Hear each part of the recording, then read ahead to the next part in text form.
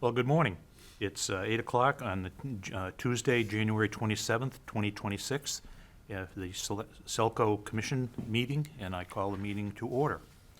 With that said, our next item on the agenda is to review and consider approval of the December 2025 bill schedules and warrants.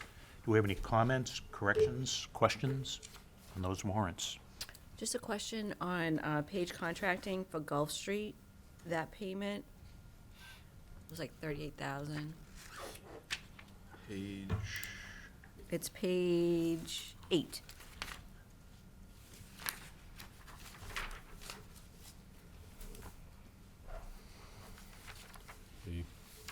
And which? It's $38,400 for, which is, the reference is 118 Gulf Street.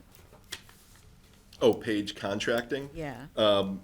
I don't know specifically, but my assumption is that's part of one of the maintenance or capital projects we are probably working on, but I can double check into that. Just whenever it says a street, it's usually meant specifically for certain project. Yep. Just to add some color, Page Contracting is the firm that we have to do our digging Okay. for our underground sections. Yep. Okay. Okay, they're the excavator. Yes. Okay. Okay. Thank you. Any other comments? We have a motion to accept the warrants as presented. So move. Do we have a second? Second. All in favor? Aye. Okay. Next item is to review and consider approval of the meeting minutes of December 16th, 2025. Do we have any comments, questions, corrections? Hearing none, do we have a motion to accept the minutes as presented? So move. Second. All in favor? Aye. Okay. Next, we have review and consider approval of the electric budget. I'll turn that over to you, sir. All right, thank you. If I may pass the baton to our finance director. Hi, my name is Jim Zacco. I'm the Director of Finance and Administration for SELCO, and with me is... Becca Keene, Director of Electric Service. And so before we start, just to kind of go over, we do two separate budgets, but we have just a preface for both budgets. And this year's budgeting process is the most collaborative we've had since I've been here, where we pulled in more managers, directors. We've had other individuals working on the revenues, forecasting and everything. And the intent for a lot of this is to get the people who have the most direct information of these areas more involved in the process. We also were able to hit more of our deadlines and get everything done a little more timely this year. It's a pretty cool thing to see over the course of years, and I just want to thank everybody else that was involved in doing this with me, because this isn't just something that I put together, and I want to make sure we share that. But to start, for some of the sections, because there's no schedules, what I figure I'll do is I'll keep on the screen the words, but for some of the areas where there's schedules, I'll bring on the screen the schedule while we'll go through the actual sections, section by section. At any point in time, please ask any questions, and at the end of each budget, I'll give you time for more additional questions if needed. But very informal, we'll talk through this and just want to make sure everybody's comfortable and has a good understanding. So this first section kind of pertains to both electric and cable, but this is kind of our company-wide overview. And it starts with our IT department. And one thing we wanted to kind of focus on here was just this year, and not only this year, it's been in place and it's going to be even more in place, and it's going to continue going forward, but is our emphasis on cybersecurity. We felt as though it was pertinent to kind of bring this to everybody's attention because we know there's been questions throughout towns in the past. One of our practices, though, for cybersecurity is to make sure people don't know 100% what we're doing, because you want to make sure people can't break your systems. But we will be doing a bunch of these things, and you could read through them. But we're hardening identities. We're doing some prevention, data loss prevention stuff. We're making sure if we're using AI, we're doing it within the appropriate means. We're making sure we have all legal and other compliances in place. And even as employees, we're going through additional trainings right now to make sure we can help identify, and we are, as I think the last training I had was, we're personal firewalls. We make sure that the stuff is clean, that we're looking at and doing our part. So this is one of the big initiatives we're taking this year. We're making sure we're doubling down on. Taking a look at our human resources, we ended last year with about 75 employees. This year we'll be hiring about 3 new employees, I believe, on the electric side, and I think we have maybe 5 overall. But one of the ones I wanted to highlight too is we currently have open a director of cable. Is that the official? Broadband. Sorry, again, moving everything to broadband, and I apologize. You'll still see cable in the budgeting, but that's one of the higher positions that we're looking to fill in. We think about this year we'll end with maybe 82 employees. With that, we now have kind of a brand new executive team. I've been here 5 years, and I'm now the most senior member of the executive team. This is a perfect time for us. We're going to keep going through our company culture, our policies, looking at our benefits, and trying to figure out what gives and can make Selco the model utility. With all that, we have a bunch of different initiatives, and we are going to start doubling down again on employee and team development.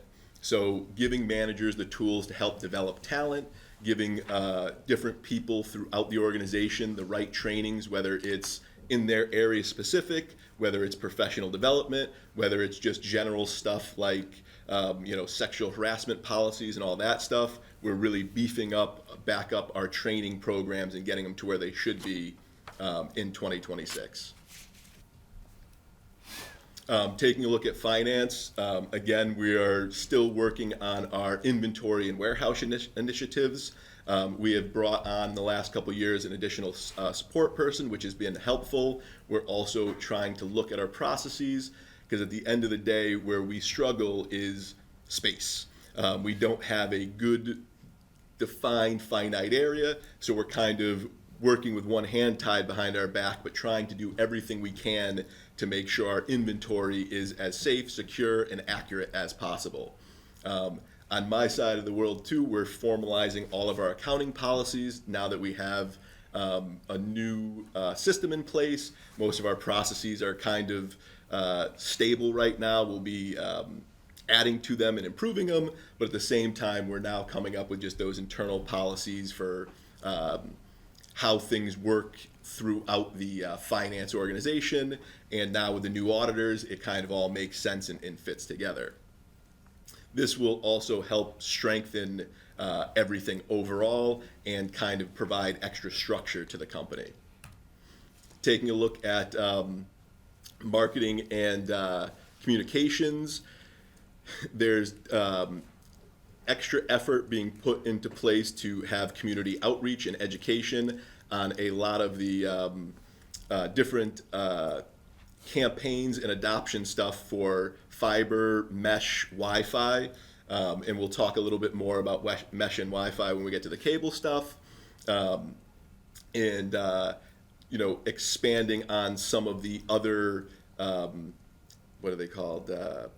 events that we do. And then this year, I believe as well, we talked about the 300th anniversary of Shrewsbury. We'll be doing. Taking a look at the general manager's section, this is all about the new building.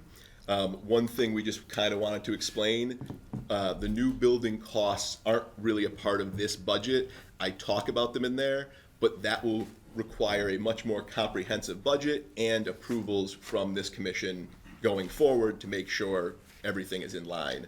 So until we get those approvals, I did not want to put anything in here to say this is what will happen, because we don't know yet. And then this part just kind of explains the methodology and assumptions that are used during the budgeting process. And you can read through and just kind of get an understanding for how we put together this budget. So now, officially starting the electric budget process.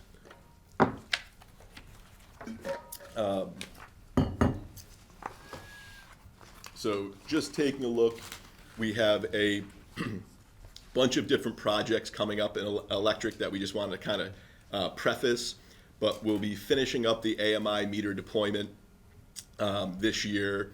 We're going to be converting any 5 kV wire. We're going to try to convert that over to 13.8 kV. That will be a multiple year project, but that is one of our priorities.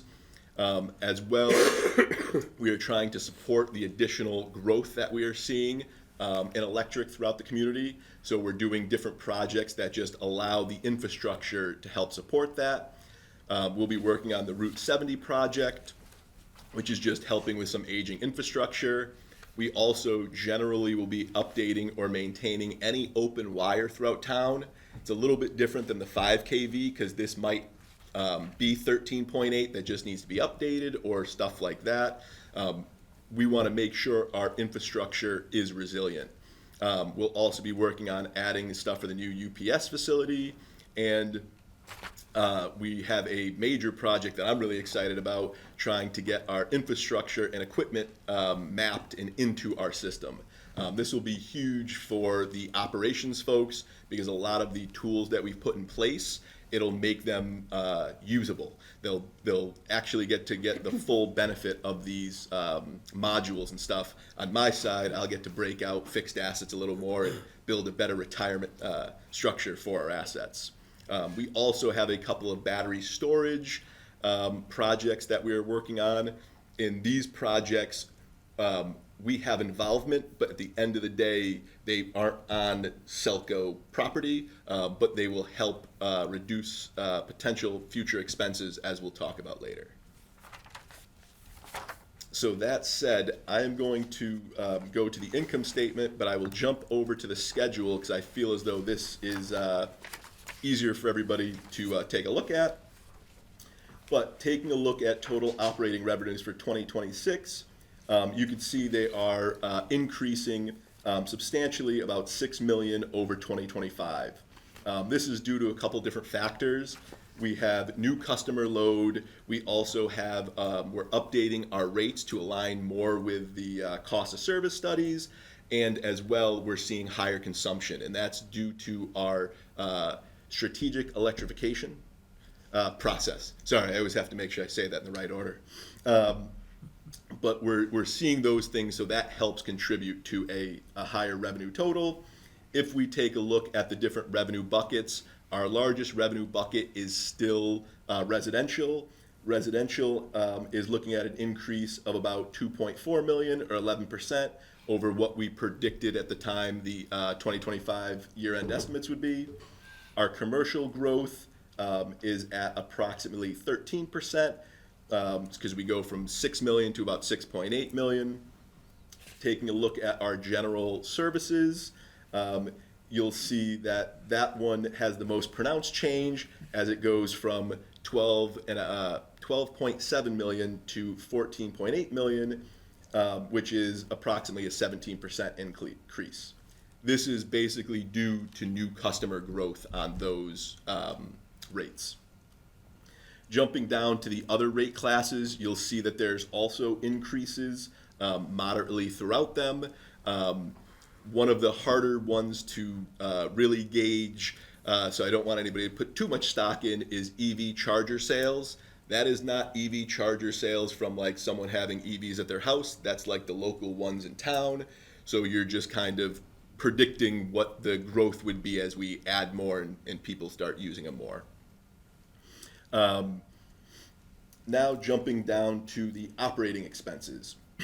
You'll notice 2026's operating expenses have increased by about 3.2 million or 8% over what we estimated 2025's to end at. This is due to a lot of different things, and we'll go kind of through what's causing it in different categories. We'll really go in more depth to the generation, purchase power, transmission in the next section. But if we take a look at distribution, it's about 11% increase, and this is reflecting on kind of our system needs. So now that we have AMI meters in place and stuff like that, there's additional systems and programs and stuff that now have maintenance costs that go along with that. This is also the same for like our SCADA system. Our previous SCADA system, it was in-house, it was on our servers. Now we have an outsourced solution with other things, so now there's additional costs that come with that. As well as just the additional inflationary prices and what we've seen from different vendors that we reached out and got quotes from. Taking a look at our customer sales and customer and sales expense, we're seeing a slight increase in costs, and that's just more due to inflationary needs and stuff like that, as well as when we look at the administrative in general, there's a little bit more of a slight uptick.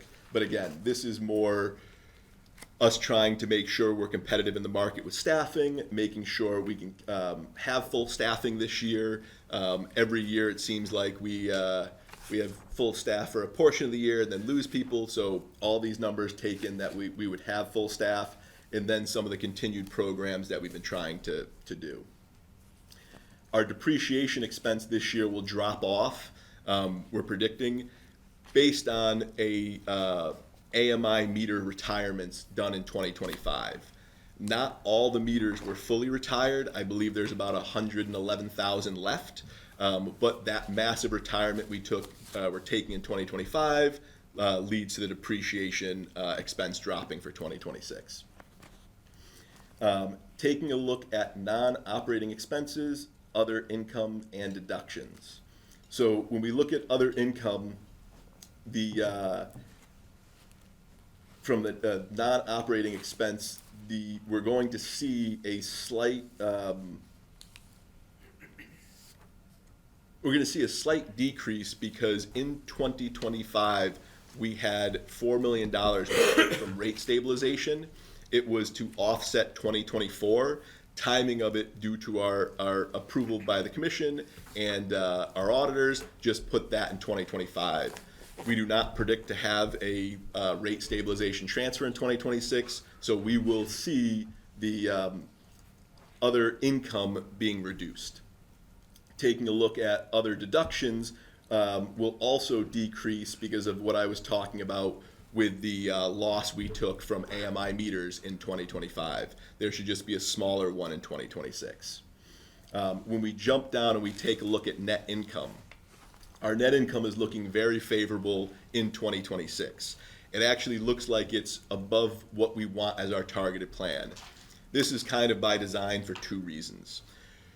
First off, we know we have a lot of capital infrastructure projects coming, so we're looking at trying to build up some reserves for those and to be able to fund them. As some of you may know, some people may not, there's a difference between the income statement and cash flow, and this is to help make sure we have some cash reserves for some of the capital stuff.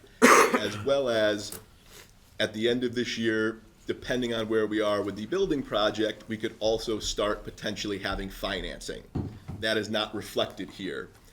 So some of these costs could be used for that. If all that doesn't pan out that way, we also are looking at this as bringing to the commission at the end of the year something to help build back up our reserves. So we don't predict to actually end the year at over 9%. If we did, at that point, we would look and bring to the commission after an analysis to say, hey, maybe we should push some of this back to rate stabilization, just like we have in years past. Because our rate stabilization is a little bit lower than we want, and this is a good time to target that we may have extra expenses that aren't in the budget, so it would bring that down, but if not, let's bolster the rate stabilization and then pull it forward if we need to kind of keep everything sound. Any questions? I said a lot quickly, but I know we have a lot on our agenda today. Okay, so the revenue that you're projecting, is assuming the rates change. Correct. Right, so that a discussion that follows this assumes that's in place, okay. When the 2025 numbers, December hasn't been closed out yet, right? It has not. So we don't, those numbers will change. Okay. These numbers are very soft because Okay. in order for us to get the budget done on time in the timeline I'd like, these numbers are estimates starting in November, just so you know. Just Yes. so everybody has an idea of Exactly. like what, Yep. because you compare and it's like the comparisons are Exactly. subject to change, right? Yep. So, I just want to make sure everybody's clear on that. Yes. Right? What was the other thing that I had a question about? Well, I've got a question while she's Thinking. ruminating. EV charger sales. Do we in fact have a system in place right now that works? Yeah, good question. Yes. You do. The last. Yes. Because for a portion of the year, we were basically providing free juice. Right. Yes and no. We had so we used to have two different companies. One of the companies pulled out of the U.S. just like that. The other ones were still working, correct? The other company. So there was just a couple of them that weren't fully online. Okay, but everything's online. and There's a print couple with- locations that we're still migrating, right, Patrick? But the large majority has been migrated to Charge Lab, is the new company, and it allows us to collect revenue, and that's been live for about a month, I think, right, Patrick? Yeah, 3. Yeah. Okay, thank you. Maria? And this forecast is assuming that it's collecting revenue all year. So when the building project, when you get those estimates, are you going to revise the budget, or will we see a revised budget, or are we just going to see them on a quarterly basis when we get quarterly budget numbers, right? So it will depend on what the financing becomes.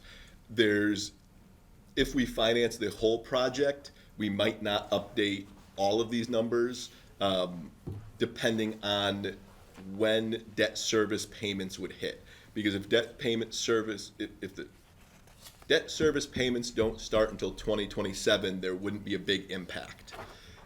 If we decide to do any self-financing, then yes, I would try to do something to give you, it may not be a full, but some of these schedules redone in, at that point, I probably wouldn't give you the historical because it wouldn't necessarily make sense, but give you what this year would look like so you'd have something to be comfortable with. Yeah, I think what we would want to see is probably just like this, like with the 2026 projected budget, and then what the changes that you're making, and then Yes. so we have so we know what changed, right? Exactly. That makes sense. So in regard to the new system that you have in place, you mentioned the implementing the module for fixed assets. Are there other modules that are still outstanding that you haven't fully implemented, that you're hoping to implement? Or where do you stand right now with the software? So for the example of fixed assets, we are fully using it. Just right now, we don't have the assets completely broken out. So some of them are still just total dollar balances. With the flow of the system, what will be nice once we do some of this is operations pulls 5 or 6 items off of out of the field. We retire it out of the system. It'll all flow naturally based on average cost of those fixed asset items in the field. One of the issues I've noticed throughout this industry, and I've talked to my counterparts about, is with fixed assets, specifically, is retirements. They're just not done well because the communication from the field to us, the dollar amount, you tell me you pulled so much of a certain type of wire out of the field. If I don't have what that wire costs, I'm doing a rough estimate. So some of that will work. Today, we've brought online like our outage management, our mapping and staking, and we're utilizing it at its infancy. With some of this stuff, now it'll help us be able to identify things because the information in the system will be more accurate and up to date. So the guys, whether they have iPads or laptops out in the field, they'll be able to draw up maps and be able to see things and change things in real time. We have it all at our fingertips. It's just not fully working. So it's not as useful as the guys would like it to be. You don't want to go into something and all of a sudden have a connection point that isn't there. So this project, we've been trying to figure out how to do it for a couple years, and we found a great company based on their integration and experience with the software company we use, NISC. We've had other utilities that recommended them that specifically some of our employees their employees may have worked here prior that gave us some advice on, hey, look at these guys. And we're really excited because they will go out and basically figure out everything in the field and get it in our system and updated. And hopefully this would also help us with other small ancillary things that we didn't even know are nice to have. You know, it'll still be a couple years for everything to smooth out and all the processes, but we're getting those people and systems in place, and it's nice to see. Okay. So it's still a work in progress. Yes, but it's probably further than I'm selling it. Okay.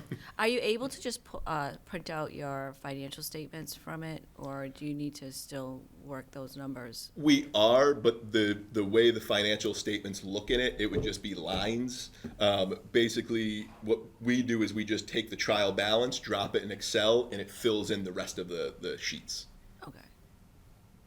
So there's not much, like after I've created this, there's not much we have to do from a financial perspective. But their main tool is they have a connection, and we don't do this yet because they were changing the connection, but through Excel. So their financials, it's actually like a 3-week class. What I've built, they'd have you go in and just go, okay, do something in the background that pulls this number right out of the system to fill it in here. So at some point I'd like to look into that, but I don't know the cost benefit from just dropping it over here to having it pull from the system over there, so we'll see which one. Is it like a bridge program, that kind of? It kind of is. And Excel changed, or Microsoft changed what they allowed, because what they used to do is just have you pull the trial balance straight down and then fill however you wanted your financials to be. Now it's a little more robust where the actual tables, like this table you're seeing here, you could say, oop, pull this information from XYZ and it'll pull it down. Okay. Okay, thanks. Go. Any other questions?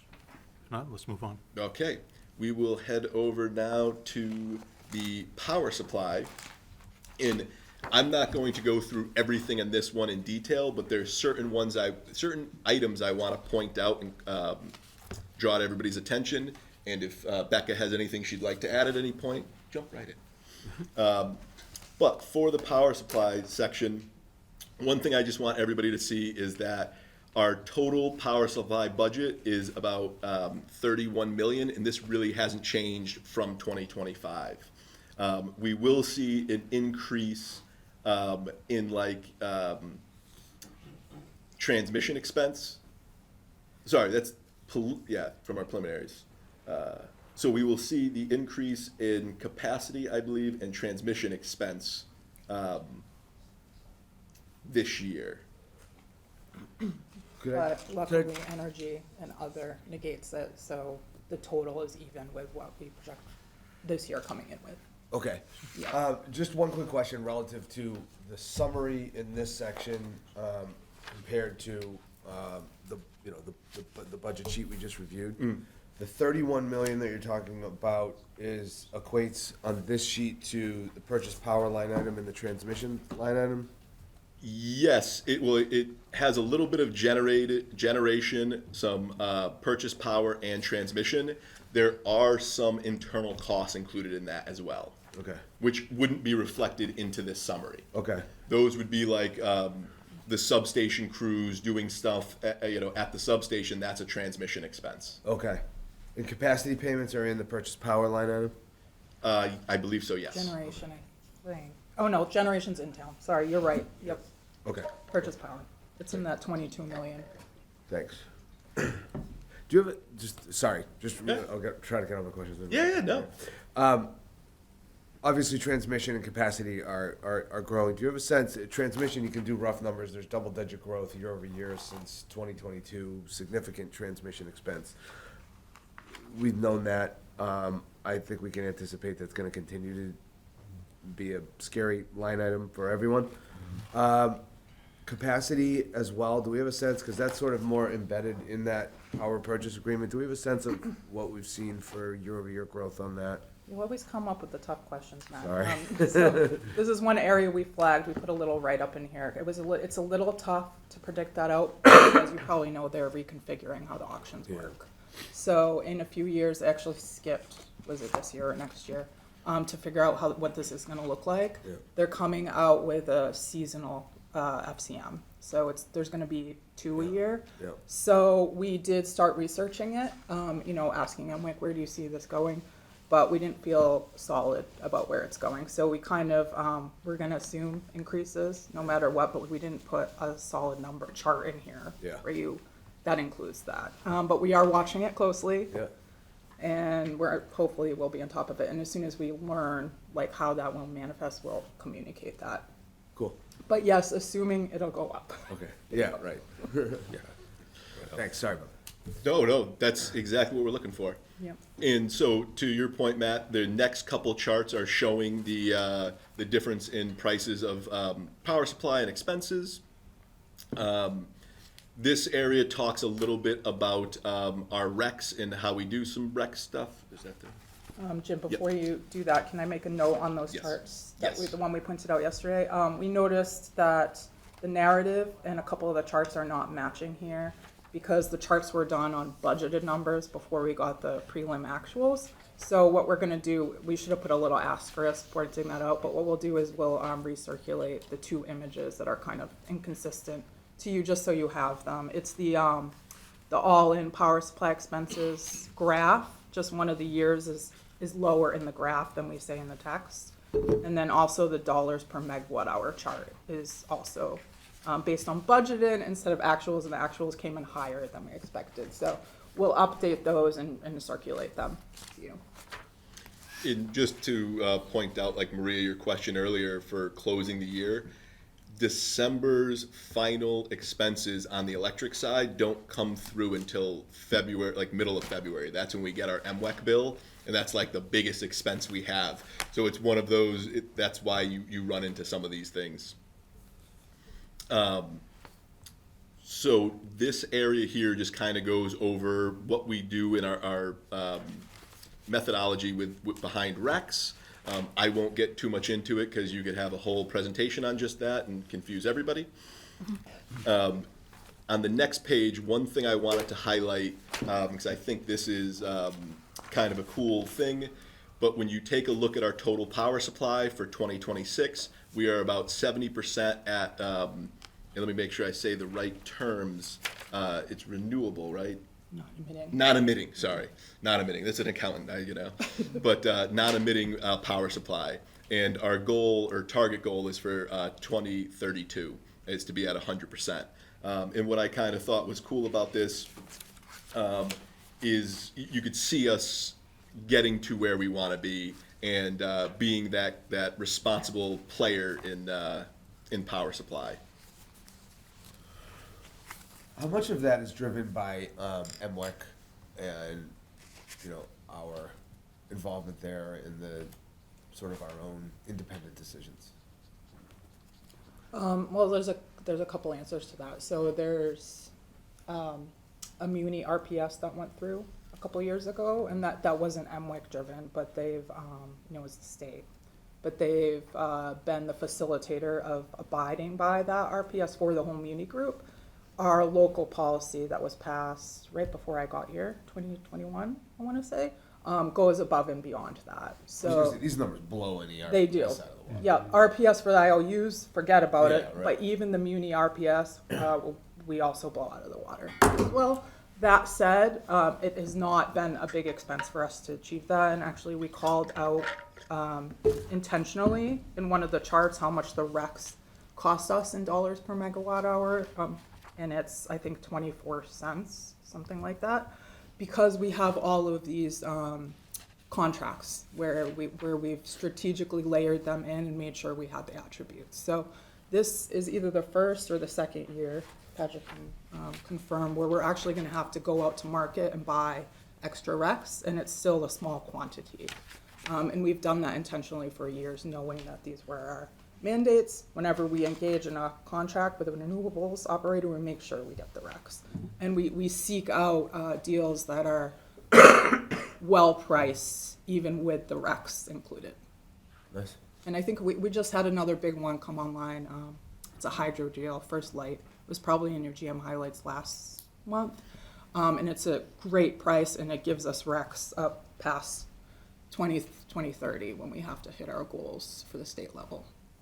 Does NYC have a piece of the new newly turned on hydro Central Maine Clean Energy Connect. Clean Energy Connect? Thank you. We don't have an ownership stake. No. That would have been great. Yeah. But we're still trying to get our foot in the door. Yeah. So Yeah. on that one specifically, we don't. We're working on it, though. We're working on it. Nice. Okay. Now, the next page, you can also see there's a nice pie chart just to show the mix of what we have today for power supply. Now, getting into transmission expense, this is, the second largest category we have. And Matt, to your point, it's going up. One thing I just want to point out, because we've talked about it in years past, we do have a RNS, so that's a Regional Network Service Credit, right? That was is it the Yes. RNS? Yes. Yeah, we both the charge and a credit. Oh. For transmission owners. Yeah, but this is a process that we go through to make sure we get a credit back through our rates, so they help keep it lower because we are part of the transmission grid. Now, our transmission budget is it's going to increase about $800K. We're predicting. Looking in the future, some of the battery storage projects that we have should help reduce transmission and capacity expenses. That's why we're in the process of going through those. I won't speak too much to capacity, but similar to transmission, it is increasing. And then if we go, we talk about a little bit about how revenue and forecasting works. We go into what we think some of the KWH amounts will be for the year. But one area I wanted to highlight is we are going to have a couple new rate classes that we're proposing this year. I believe there's 4. One of them is a GS3, which is going to be for very, very large commercial customers. So this would be UPS. Yep. UPS and that size of customers.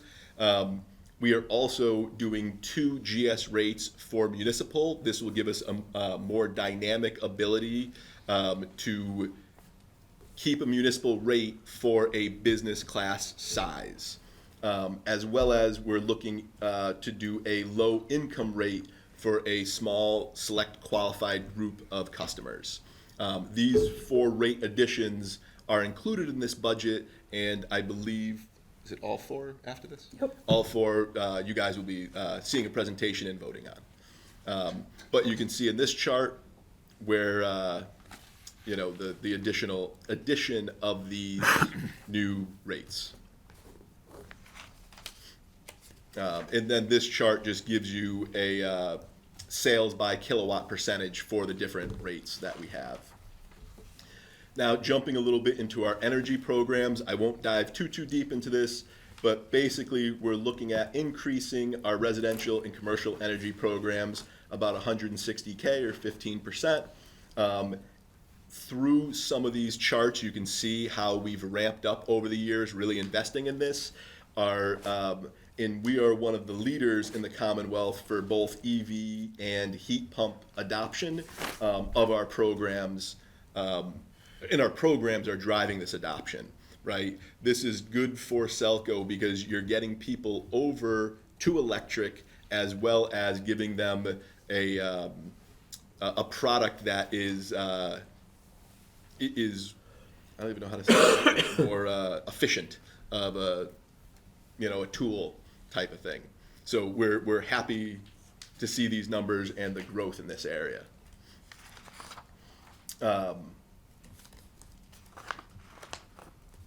In this cold weather, are these heat pumps working well?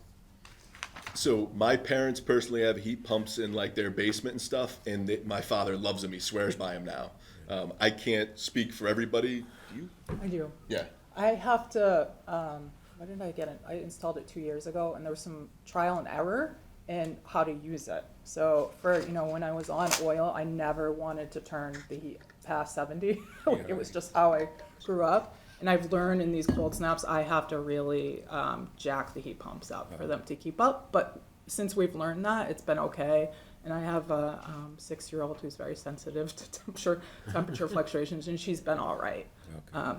As long as you learn how to do it and make sure that, the other thing is prepare in advance. We knew this was coming, and I set them high for a couple of days ahead of time, and it's been okay. I have gas. It's at my house is at like 60. It's freezing. They run a lot. I just changed over. Yep. So they run and they do make noise. It's more noisier than the gas, which I wasn't prepared for. Yeah, it is, especially if you put the heat exchanger right by your bedroom. Yeah. But, I have heat pumps, and I agree that it's been very efficient. I do have a gas backup that kicks in if I need it. However, but the more improved ones, I have a sister who went completely electric and had no gas available, and her house is maintaining, her 2 cats are very happy. So, and on top of that, you gotta remember, here in Shrewsbury, the advantage you have is the rates that we The have. rates are low. And some of you who live out in town who have the heat pumps, it's a little more, you have to be a little more cautious because it's still using electricity. And I think that's part of what we see as well on some of the folks' comments about their bills locally, is that they don't take into consideration that their heat pump is part of their electric bill. And some people just forget that now that they have a charger in their garage and charging their car, they still gotta pay for it. And so those charges also get added in that people don't necessarily recommend, but in the grand scheme of things, I think it's a big advantage here in town with the rates that we have, and with heat pumps, especially the efficiencies that they run at, that it's a major coup. And we still offer a certain amount of rebate for those who do go completely heat pump, right? So, okay. Jim, I have a question for you. Did you run the budget without the rate increases? We did not go through the whole budget without the rate increases. This year, instead of trying to support a 2-factor scenario, we were trying to give the one scenario that we felt as though was the stronger case. I was just curious, Yeah. if we know what the difference is in the netting, what the bottom line is. No, I without didn't the rating. see the whole bottom line, but I do believe we ran some stuff originally, but I don't think we ran it We all the way run the through. revenue forecast with a bunch of different scenarios. I can't remember off the top of my head which ones we did, but at least, we didn't match it with the expenses. Expenses. Like Jim is saying, so we don't know what the bottom line is, but we do know how the overall revenue coming in changes. And So do we know what the What we difference needed. what the difference was in the income, or no? Nothing I could speak to off the top of my head, but it was one of those, I think Wasn't even feasible, so we're not even gonna deal with it? it was more that. I didn't It's not even an option, so we're not gonna put it on the table. It was one of those, I didn't want to keep having to put a negative number in something and show you, I think we have it at a good point. But it was a couple million less, and we actually played with it too, because at one point it was too high. Like we did something we thought was, oh, this is actually looks good from a rate perspective, but what it put out in revenue was too much. So we pulled that back down too. And we've known we were going this direction for a while. If you recall, in the cost of service study that happened in 2024, they told us we were going to have to do fairly significant rate increases for multiple years to catch up. So we're on our third year now of doing that, and so we've foreseen this being kind of culmination of this multi-year plan. So we took it as a given we were going to have to do something this year. Any other questions? These were good. The next page just kind of goes over some program changes and talks about what we look at and think through when we're doing some of these. And we definitely, everything from customer feedback to overall budget goals to, different participation factors and what we think will help with decarbonization. And so we base all of our changes on stuff like that and try to do what's best for the community and Selco. Going through, you can see the next couple slides just kind of give the impact of what is being spent for each of our programs. And then we jump over to capital additions. Now, taking a look at the capital additions, I'll jump over to the chart over here.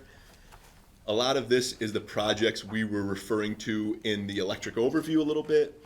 But one thing I wanted to call out is that you guys can see is there's certain items on here that are tough to show in a chart like this because we order and want approval from you guys to buy something, but we may order it this year and it may come and get capitalized next year. Or the project may start this year, it doesn't get capitalized the previous year. With projects, all the expenses up to that point go into CWIP, so you still see that kind of as a capital asset, just not a fixed asset yet. When it's something like a vehicle, you're looking at a $400,000 vehicle we order, let's say in December of this year, it's not coming until November of next year type of a thing. That's why some of this stuff you'll see repeated year over year. And I tried to give, like in the digger truck, ordered in 2025, but expected in Q4 of 2026. We're trying to show you guys that, hey, these are the same items as last year, but this year you might see them actually capitalized. Whereas like the bucket truck, we're going to order one this year and we expect it to come in 2027. That could change though, where we order at the end of this year and somehow we get it early. Sometimes they have one that's already pre-built or done and hey, we could take this one. So for some of this stuff, it can be a little softer because we try to either order while we have the ability to, or if lead times are changing, we might have to order stuff early, but then it comes later. So I just wanted to always point that out. But we're looking at, from an ordering perspective this year, and a lot of it is replacement stuff, but a bucket truck, a single phase trailer, 2 replacement pickup trucks, some turn radio testers, and some other CT equipment. And then we will be looking at capitalizing the solar on the police station this year. That project's finally coming to an end. It has not been an easy project for those that were involved, including Selco or the police station, but that capitalization will hit, we're predicting, in 2026. We talked about the GIS and infrastructure survey. I met with our auditors and they said based on what we're doing, we should be able to capitalize this. So we're going to take the opportunity to capitalize this project. And then you can see there's a bunch of system enhancements that will happen. One thing to know about system enhancements from a capital perspective, we sit here and we go, okay, here's all the system enhancements we want, here's all the capital we want, and then our plan gets broken because we get different people coming in and saying, hey, we need to build a new subdivision and we have to do some capital there.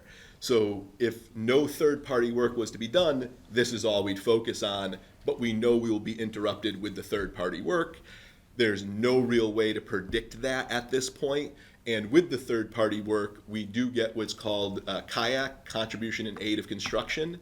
That is, we charge the third party for the work we do. We try to get 100%, but because, and we'll be working on some of this stuff over the next couple of years, some of our overhead costs and some of the stuff's probably a little lower than it should be, and some of that is by design, some of it's just by historical,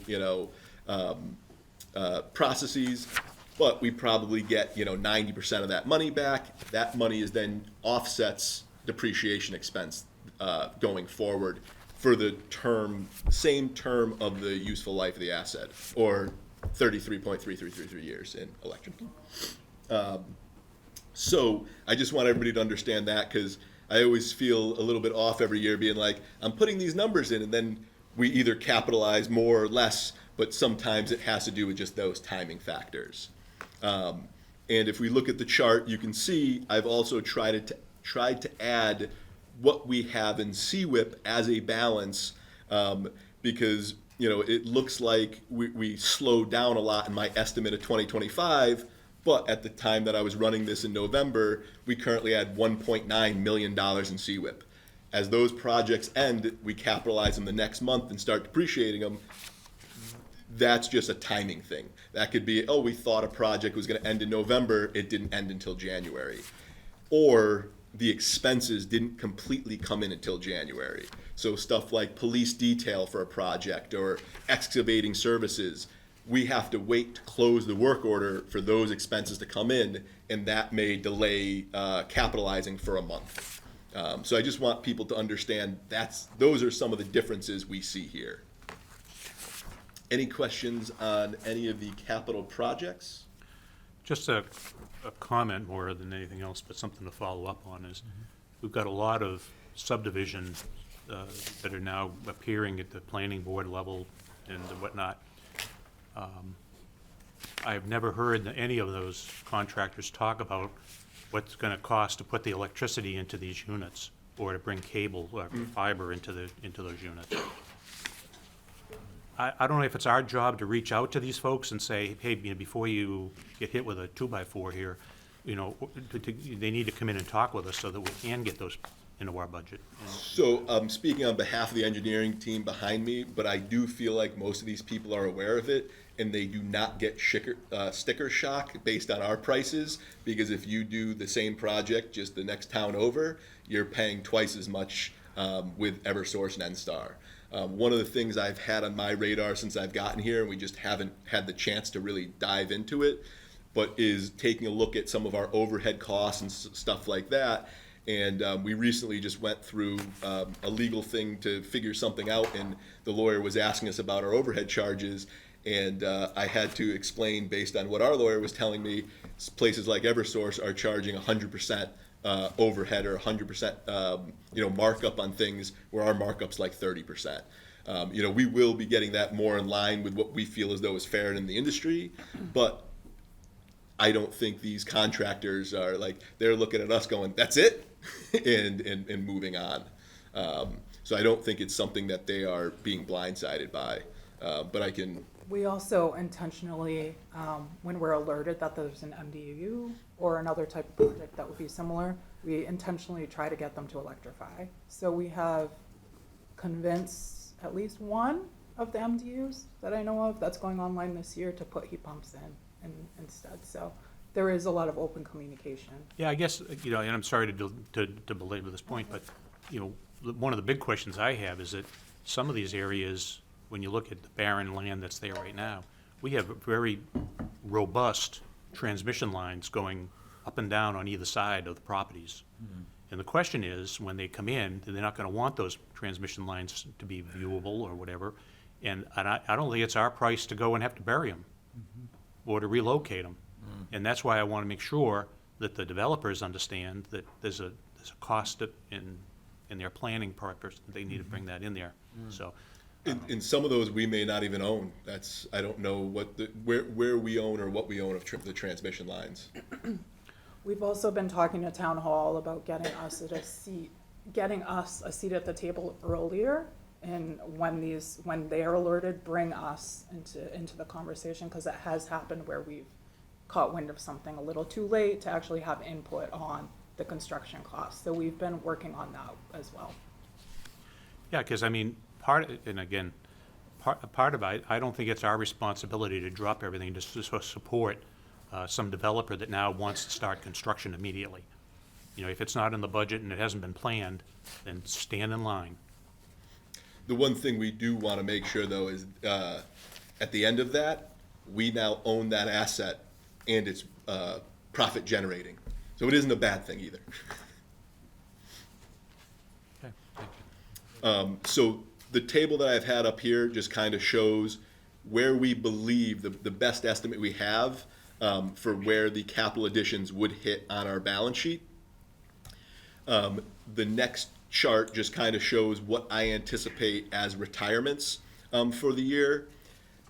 The third chart is just if we ever do any changes between one asset group and another.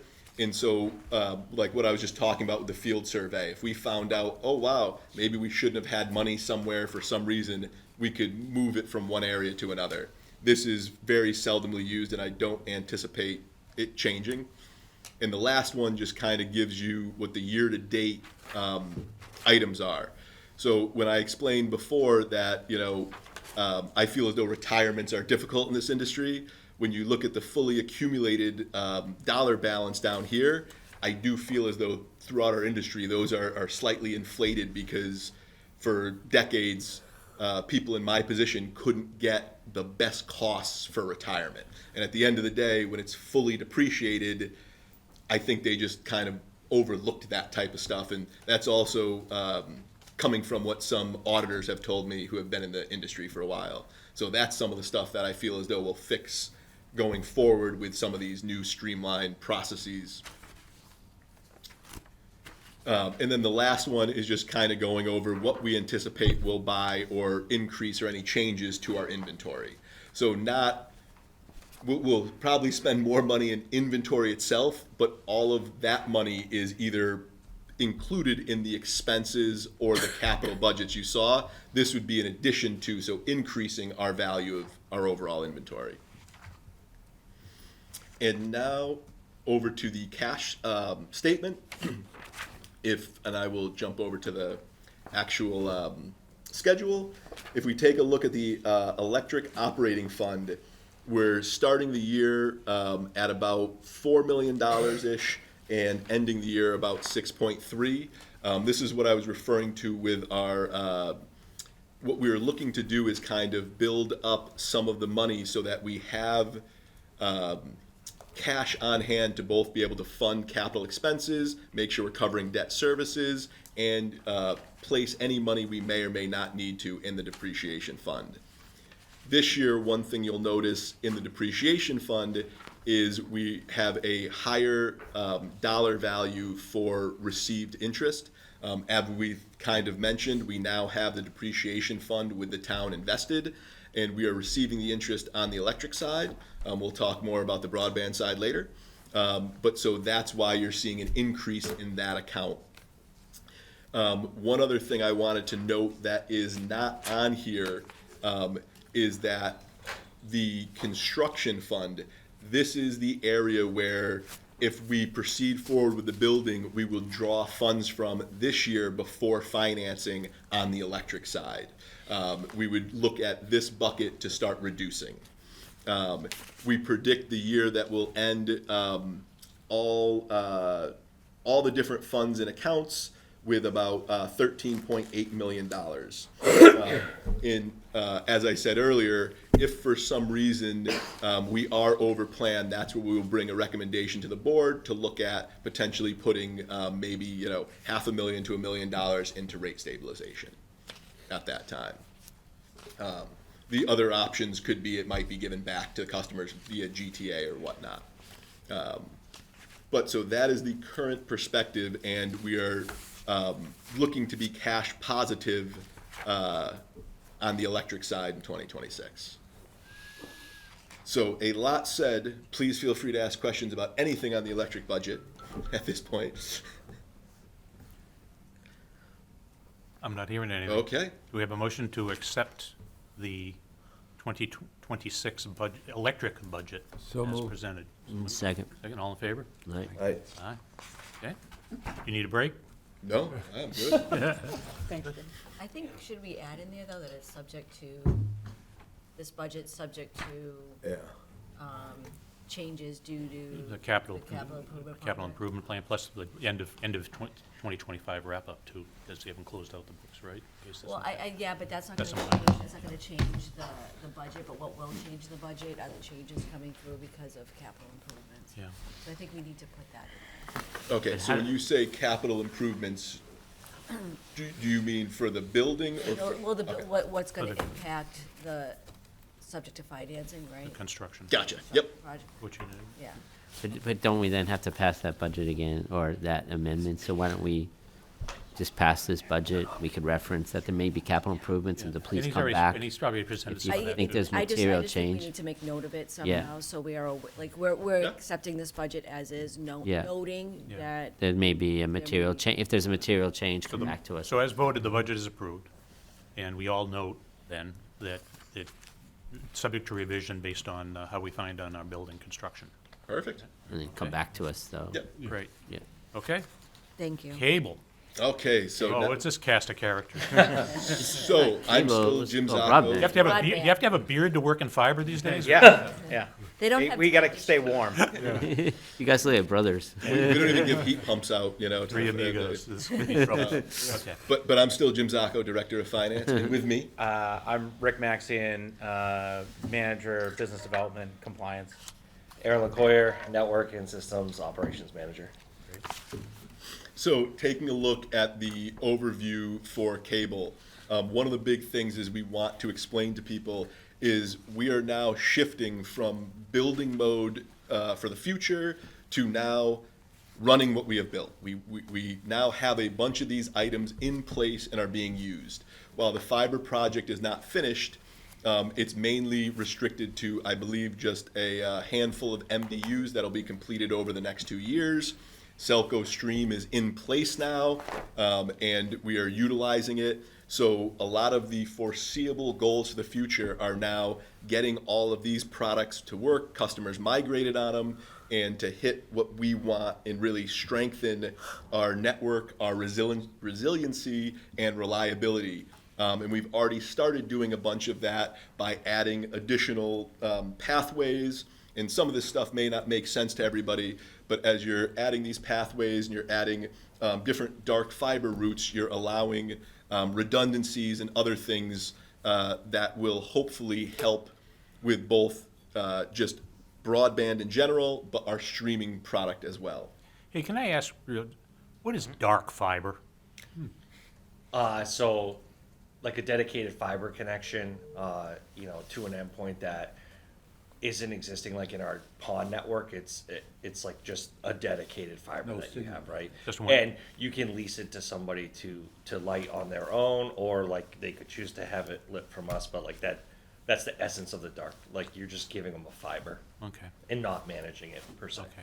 One of the ways someone explained it to me way back when, for being a child, childlike explanation, is they were like, Well, that's what I imagine, need. exactly, like imagine you have fiber running through your town. You can actually sell a strand, so like Verizon could run on that fiber, even though it's Selco's fiber. We're making money, and that's just extra bandwidth that we weren't using. You can sell it to somebody. I was like, Okay. it's impressive.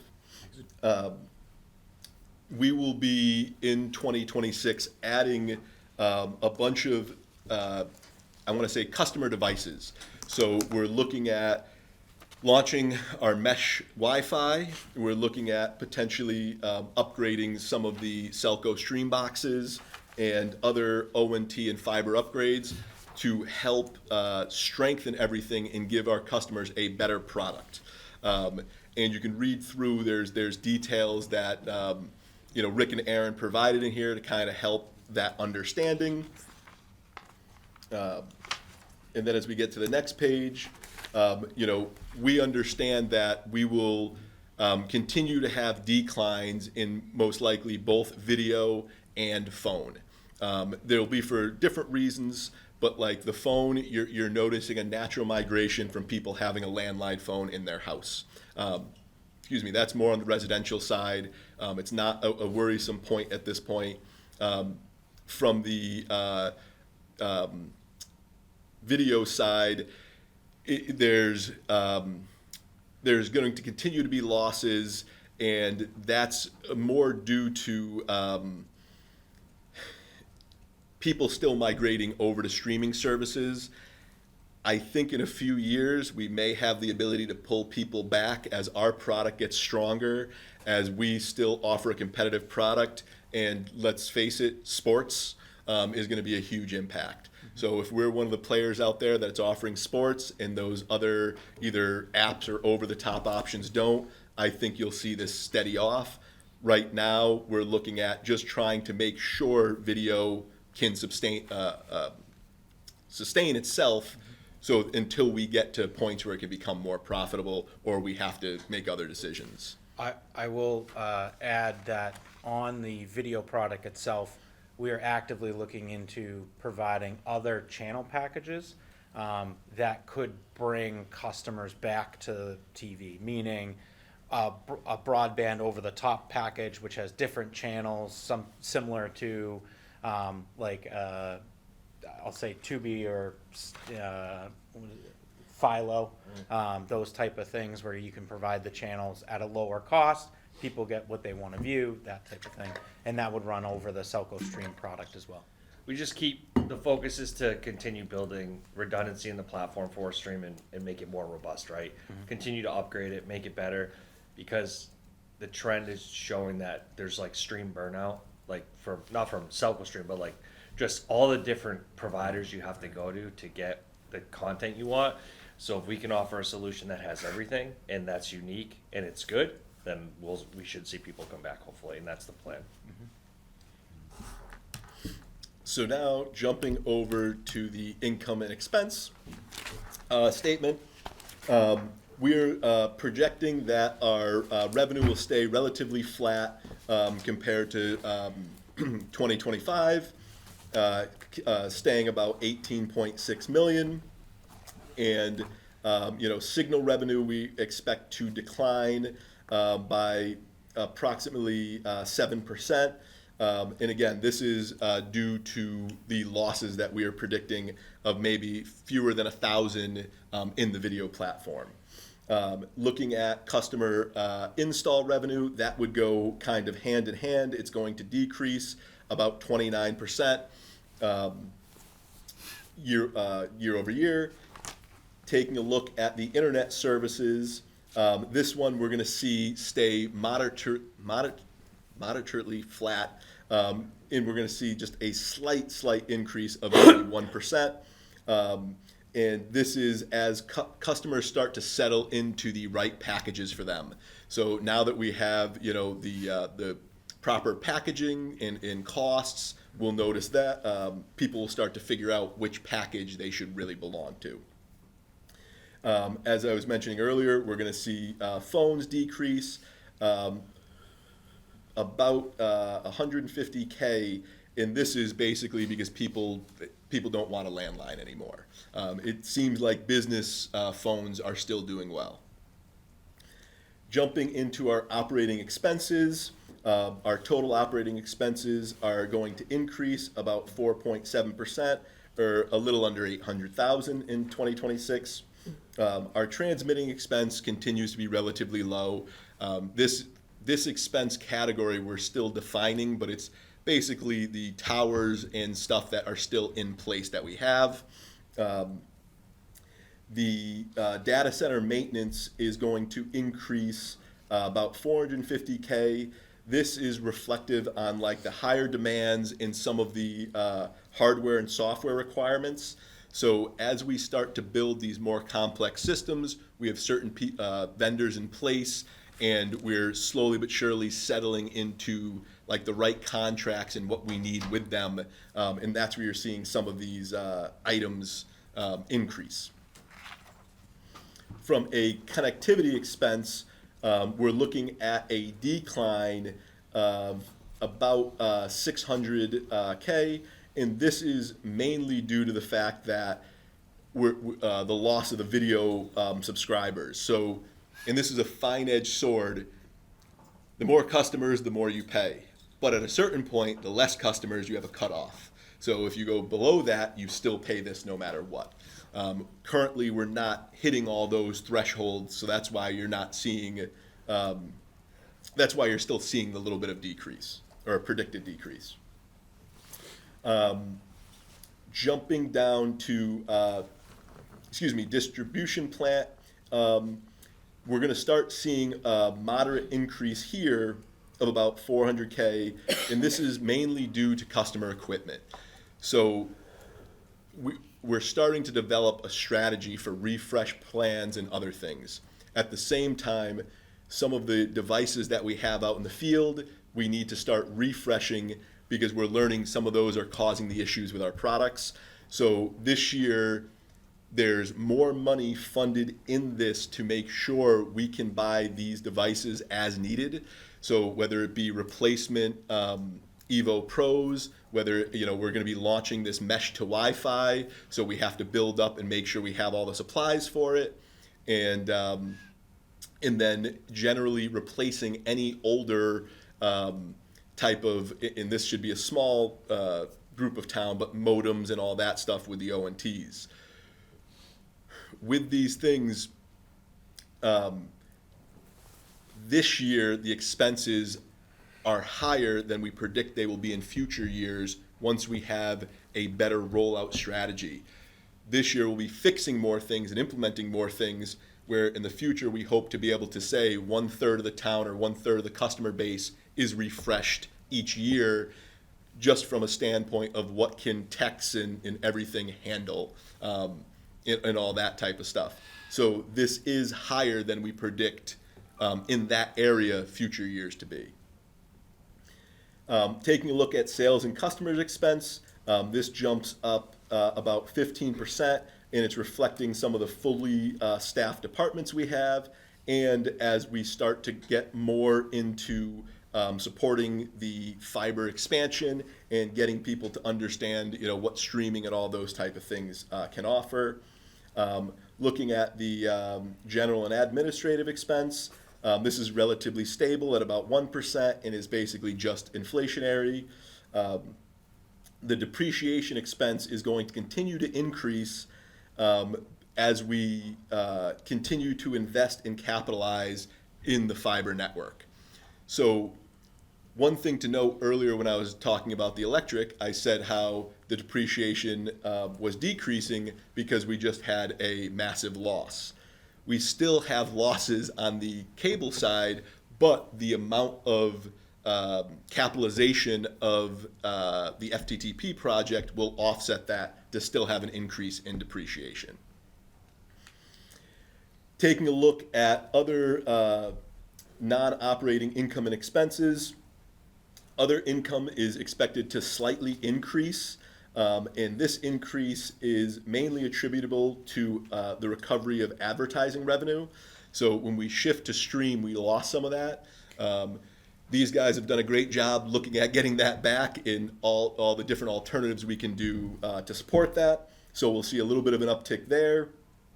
Taking a look as well, the way we itemize the IT we do for the town, it comes into our other income and our other deductions. So if you're looking at previous years, that is offset with the last 2 years, with that being higher. Jumping over to deductions, this year has a extremely high other deduction because currently we had, I think it's about $4 million of assets that are attributed to the coax plant still. They will be retired over the next 2 years. In theory, I can't retire these amounts early because they're still in service for some of the MDUs we have. We have been retiring this stuff all the way up through the project, as I could agree with the auditors. The issue with retirements becomes you first retire fully depreciated assets. So the first few years of retirements is no cost to the company or no expense to the company in this area, where now we're hitting all the remaining items that were not depreciated. And we had continued to capitalize items for this plant up through 2021. So these last 2 years, we're gonna see the reduction of these last items. So I'm predicting a little under $2 million in 2026, and then probably the same, and it would probably be a little over in 2027, depending on how all that shakes out. So with that, I did create an updated schedule just to kind of show what our financials would look like without that big loss. Just because we're showing a net income loss at the end of the day, but it's kind of all on paper, if you will. So that is what this chart, it was the third chart in this section, is kind of showing, and you can take a look, the other deductions, here's what's contributed from the loss, and you can see we're in much better state. As well, what I just talked about in 2025 and 2026, you can see these numbers are increased because of the IT third-party expenses flowing through. That's where I have a whole section in the budget just kind of explaining the IT expenses, and I have another chart kind of walking through how this all works, but we're looking at, we think at the end of 2026, we'll have about 300,000 in non-cash pilot contribution. Now, for anybody sitting here or anybody at home, this chart is kind of confusing, but basically what we're saying is when we predict or budget our IT expenses for the town, some of them are 6 months ahead of when the town would end up budgeting for those themselves. So because of that offset, it's really difficult to know what the increase would be.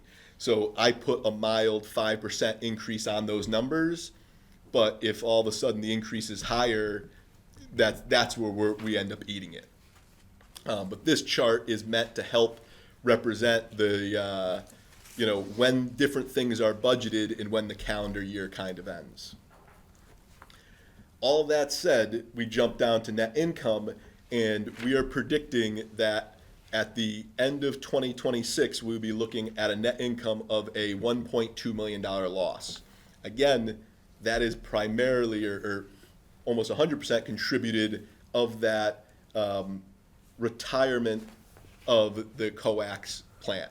So if we were to remove that, we'd be looking at about $618K, which is right in target where we want to be for right now. Any questions? As we retire cable, is there any demand for the pieces parts that we have in the storeroom or is everybody going away from cable across the country and nobody really wants any piece of part that we have? People who stuck with cable upgraded to like the newer models. So like we're in the DOCSIS 3.0 plant. Yeah, because we decided we wouldn't gonna. Exactly. Now they're at 4.0, right? So. Even with the infrastructure as well, what we did, and this was kind of a unique and intelligent plan, was we currently had the coax running on a wire. Instead of trying to run a separate set of wire, we just strung the fiber up with the coax. So at this point, when, let's say, something goes down, we remove the coax off if it's no longer used, but even that coax is going to stay up there until the decommissioning, because it would have just cost and been extra to run a separate guy wire, pull everything, then go back and pull everything down. So even some of that, there's not a huge salvage value, but it's still out there just because of, it was a cost savings for the project. In the nature of like the node structure, in the plant, all of the customers on a given node need to be migrated before you can decommission anything. So part of, although the fiber build is, coming to a close, we still have to get everybody off of, right? Like that, and that's a challenging thing, reaching out to customers and that type of thing. So you can't have planned retirement because you're working with individuals that you have to schedule service for to get them off. Now we have like sunsetting dates and that type of thing to counteract that, but that'll be the challenge coming up. Thanks. Next. Any other questions? Okay, let's move on to capital additions. So similarly to electric, there's certain items that we may ask for 1 year and they show up the next. But from a capital purchase perspective, we're looking at fiber trailer, EV pickup truck, and these are both replacements, a utility pickup truck replacement, a crash trailer, which is new. They're called attenuators. We have one on the electric side. And it's good to have two of these because if you have projects on the opposite sides of town or whatnot, but what an attenuator is it's the vehicle that goes right before that people would hit before they'd hit anything else. A few years back, we were renting these, and the cost to rent really makes it more lucrative to buy. So we'll be looking to add one of those on this side, and then upgrading some of the Minerva video equipment in the data center area to help things run smooth. Some of the planned projects that I'll point out, we'll be finishing or working on to finish up in the next 2 years, the FTTP stuff. And then to Aaron's point, there will still be migration. And what the remaining areas are basically just MDUs. And unfortunately, some of the newer technologies that could make those really easy to do aren't fully in place yet. Like our third-party vendor stuff that make you be able to light up the whole building quickly. So we're still doing it the old-fashioned way, stringing stuff, and it'll take a little bit of time. We are working to do a second redundant data center over the course of this year. And this will just help with disaster recovery and a bunch of other redundancies and issues. We have network projects, upgrade projects. We'll be replacing in IT some of the town infrastructure for our internal networks as well this year with Nutanix nodes and Cisco switches. And again, just to kind of comment, the big noticeable retirement will be the coax distribution network. And so just like in the electric side, this first chart shows an estimate where we think, based on what we're looking to run project and purchase-wise, where things would be capitalized. The second one takes into account retirements for what I think will be in place in 2026, including the FTTP, I believe. Yeah, about 1.8 for that. The cable adjustments, I mentioned this area earlier. This is one where we might see some stuff actually change when the fiber to the premises project ends. There's really only 4 accounts we see hit. All 4 of them are depreciated at the same area. But at the end of the project, I want to sit down with some of the designers and project managers as we really break out those assets. And that may move costs just slightly from one bucket to another. And I've already kind of alerted the auditors, and they'd be okay with that. But it's, might be, we found out a little bit of the underground cost went to the overhead, and we just want to switch that to be more accurate. The final chart, again, just kind of shows what we believe the end of the year plant and service would be. And you can see down here it would be about 40 million, and we have, accumulated depreciation of about 15 and assets of about 25. We think our inventory will increase this year about 200,000 in overall value. Any questions? Yes. Okay, so going back to the capital additions page, and just comparing that to the notes. So note 1 was account 321. Are we not budgeting anything for the second data center? We are. I probably just put it in a different account on the sheet. Okay, because and again, so it just said note 1 is account 321. There's nothing in there. I have it in 323. The 1 So point. 320, the 1.7. Yeah. So that should be moved up to.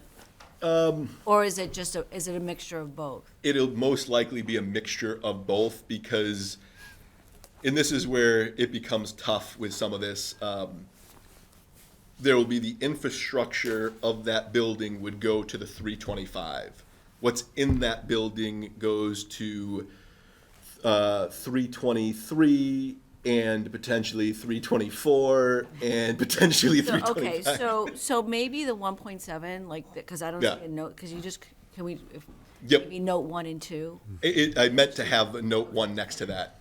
or note 1 and 2, right? 'Cause Yep. Both of those are for that, because it's Yes. out 323 and 321. All right, okay, because I was just confused by that, because I was like, there's nothing in that account. Yep, no, that Right, makes so- sense. Okay, Where is that new data center gonna be? You have it decided? We're having, right now, we have a civil engineering firm looking at 2 DPW locations that we've spoken with them about using. One is, the South Street, or it's the Yeah. main South Street DPW location. To the left of that, there's that forest space abutting where they're gonna potentially put in that rail trail. And then across the street and a little bit more north of that location is the other site. So they're doing a feasibility study on those 2 locations for us. Is there an old pumping station or something? It was, yeah. Yeah. It's where they like dump brush and stuff now, Yeah. yeah.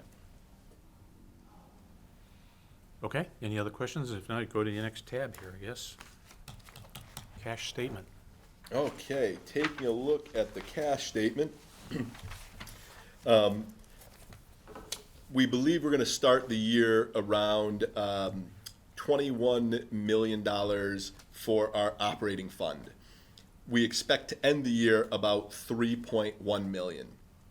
Now, that's a negative cash flow, but this is because of the buildup we've had in this cash purposely for like the fiber to the premise project and other things like this cable redundancy. Now, we could remove these funds from the depreciation fund, but we currently, similar to electric, have this fund invested. We are in communication with the town about receiving that interest. That is a sizable amount of interest, and because it is not statute driven, there's some resistance. So we are going to be working on that, and we will keep you in communication with how that goes. But my current estimates are we would have gotten like $2.3 million from this previous year, and it wasn't invested the entire year. That is a substantial amount of money that we would then be able to utilize to reinvest into our depreciation fund. The intent of the depreciation fund from a state statute level is to make sure, in my mind, utilities are funding for future replacements and retirements.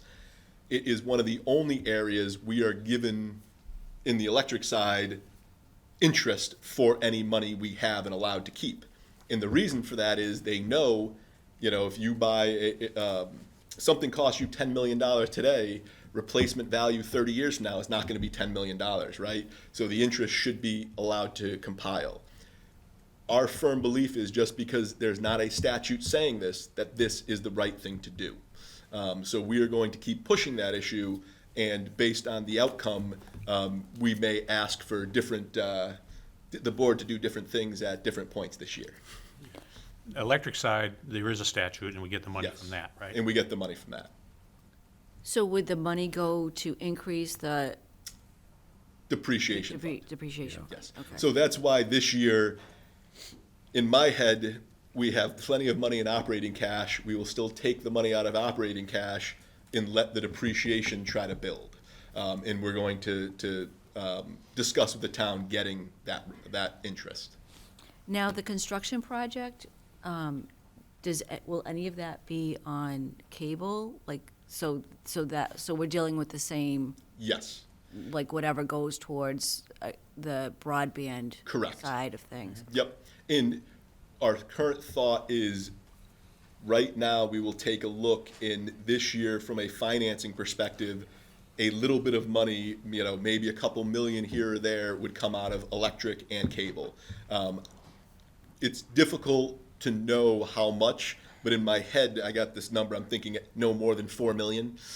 So I was thinking 2 million from each side, And then at that point, we hopefully will know what do we want to do financing wise. You know, one of the difficulties we have right now is we're trying to figure out what is the remaining cost of like the FTTP project. And one of the issues we have is we're going out to bid very shortly, but until we go out to bid, it's kind of a wild card. It could go up or down based on what's going on right now. So I'm hoping as this year progresses, we're going to be able to understand, okay, what do we need in some of these funds to close out some of these projects? And at the end of the day, we're looking at like this depreciation fund. I'd like to, over time, build a philosophy that we can bring to you guys, but to support and say, okay, here's how we want this to go, and here's how we want to utilize these. Because if we have 2 data centers, ideally, you know, data centers should be good for 9 to 10 years. You want to be replacing one every 4.5, not 2 every 10 years or 9 years. So we'll have stuff like that, and built into our rates and everything will be designed to replace that and to upgrade that. And if we have money in depreciation building, it'll all help with that in keeping rates down. So that's what we're trying to tie together with all of this and figure out what do we think this end amounts will be. Any questions or comments on the the cable budget? If not, can we have a motion to accept with the addition of the notes 1 and 2? Notes 1 and 2 at the 1.7. Yes. Okay, do we have a So motion? moved. So moved. Second. Okay, all in favor? Aye. Aye, I great. got one comment on. Oh, on- okay. On Selco and the name. You know, years ago, we changed that. And it's, you know, electric and cable. Somewhere along the line, we might change that electric and communications or electric and connectivity. And it still could be, you know, with just COMM or CONN. Selfo. Keep it the same. No, it'd still be Selco, but Yeah. We've talked about you that. talked, I'm sure you have, yeah. Yep. So that's good. Great point. Oh, and before that, we weren't even, the C wasn't even for cable, right? It was just an electric company or something. Yeah, no, I don't know what legally our names are. I've run into a couple issues with that. Okay, well, I appreciate the work that, Yeah, thank you. you keep saying "we." Who's this part of the crack staff that does all this stuff? There's all these people Everyone- behind me. okay, so- I mean, we had multiple people reviewing it this year. This year was a culmination of 5 years put together of trying to get everything in the right people's hands. And as different managers came on board, people were like, "Oh my God, I want to," you know, in this part of it. So all the managers did budget templates, filled out everything. Our marketing communications team helped, you know, proofread and do all that stuff. We had Rick and Patrick doing forecasting. We had directors like Becca and stuff, making sure a bunch of the plans and overviews were good. So there's a lot of people involved in this year. Okay, great. Well, thanks to everyone then. Yeah. Okay, who's leading the charge on the next topic, which is discussion on electric rate changes? Well, hasn't it already been decided? Yeah, I think We approved the budget. Sounds that way. we got to break out the categories. Yeah.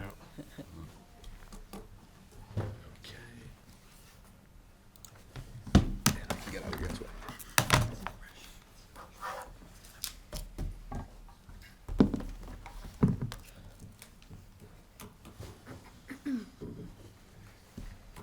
Please introduce yourself and let's get on with the business. Hi, I'm Patrick Collins. I'm the Integrated Resources Manager. And Becca Keen, Director of Electric Service. Okay. And we are here to talk to you today about the electric rates. You got a bit of a taste of it in the budget discussion. We have 3 recommendations for you. They are all in one memo that we provided. I'll just give a high-level overview now before we get into the details, but they are to create 4 new rates. GS3 for very large customers, municipal GS1 and municipal GS2 for larger municipal customers, the income qualified residential rate. And then we are also recommending to adjust the existing rates by the following percentages. So for residential, 3.5, commercial, 4.5, GS1, 11%, GS2, 21%, municipal, 12%, streetlights, 20%, protective lighting 35%. And all of these are effective March 1st. We also recommend to zero the GTA. So if you recall, we were here back in October with a small adjustment to the GTA. Now we are recommending to zero it. So we were here a few years ago, back in 2024. That was our first step in a multi-year process of adjusting our electric rates to get them closer to cost of service and modernize them. Last year we had an 8% increase in May. And we built off of the first initial cost of service analysis with that. Again, last year we went to Baker and Tilly to do another analysis to investigate what it would look like to add the new rates I just mentioned. So they looked into that and provided recommendations for us. We built off of that study by plugging in our own 2026 budget numbers, and that's how we got to the recommended increases for the existing rates as well. And the overall increase to all the electric rates is in 9% in revenue with these changes, and that will carry us into 2027. And with the GTA, the methodology behind that is just rolling that into the base rates with this change. Which lowers rates, right, when you take the GTA out? Yeah, well, it's just being rolled into the generation charge for the electric rate. Can you further discuss, because I think it's a positive thing, this income qualified residential rate? Yeah, we'll go into detail about that a bit more, but it's essentially a discount for those residential customers that need it.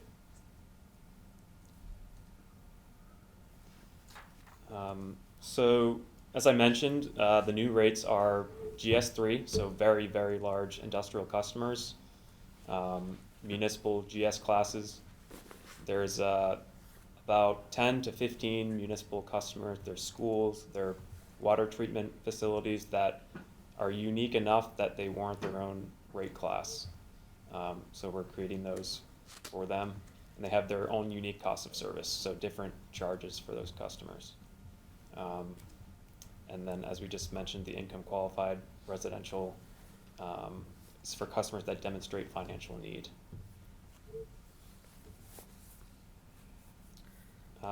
And here's just a chart of our current GS2 customer class. There's less than 30 customers in there. As you can see in the top left, there's a clear outlier in terms of kilowatt hour usage. Also not shown here is kilowatt demand. So we'll be moving that customer into the new GS3 rate. And new customers that come online that are similar to this customer or larger will be put into that new rate class. The town is one of our largest customers. We have a very close relationship with them. Aggregating all of their individual town accounts is a large amount of electricity. So creating these new rates is a step toward modernization. It allows us to more effectively recover the costs of those customers that can't really be lumped into the municipal rate, which they currently are now. So these customers will have a demand charge, which is based on peak demand usage, as well as kilowatt hour charges. And we did an analysis of what this would look like from a budget perspective for them. So actually switching customers from the municipal rate, or there's some that are on the commercial rate as well, switching them would actually lower the bills for them for certain customers.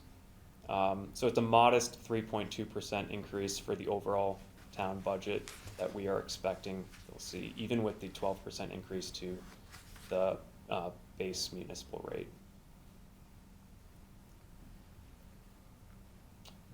Becca, did you want to go into that? And you say this is going to go into effect 1 March if we approve it. Is the March. town's aware of that and has the resources to cover that budget? Because their fiscal year isn't until 1 July, right? Yeah, we've been talking to them about this for a few years. They're well aware of our multi-year rate increases, and we've worked closely. Okay, now, some of those charges, do they get rolled back into the rates, like if it's gonna be for the water plant, like, would that go basically under your water, into the water bill as far as the charge goes, so the town's not directly paying it out of taxes, they're paying it out of usage or their, okay. We actually do perform budget analysis for them as well.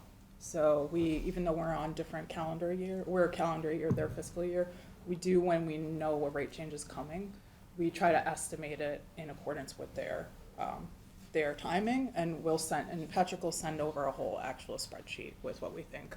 And we always have the disclaimer that this is estimated, we don't know what the commission is gonna approve or what we're even gonna recommend, but here's an idea, so. Hopefully they're pretty apprised of what we're doing. And actually, I do think that overall, the increase is less than we modeled, if you look at their whole system at large. So I was gonna chime in about the income qualified rate. So we're calling it rate IQR, which stands for Income Qualified Resi. It's would be a very targeted rate for customers who demonstrate financial need on an annual basis. The rate design is pretty simple. It would be a waived customer charge each month, and every other charge would be the same as R1, Resi rate R1. The thought behind this is, even though our rates are pretty affordable comparative to our peers, we know that in this economic climate, any budget increase on a monthly basis can be a challenge for customers on the lower end of the income bracket. And we just want to do our part to provide meaningful rate relief for customers. I could go on a whole tangent about what the IOUs are doing and saying that they're giving us a ton of rate relief by just saying we're getting 20% off of our March bill, anyway, I won't go there. Maybe I'll let Chris go there later. But we wanted something that was, longer duration and something families could plan around.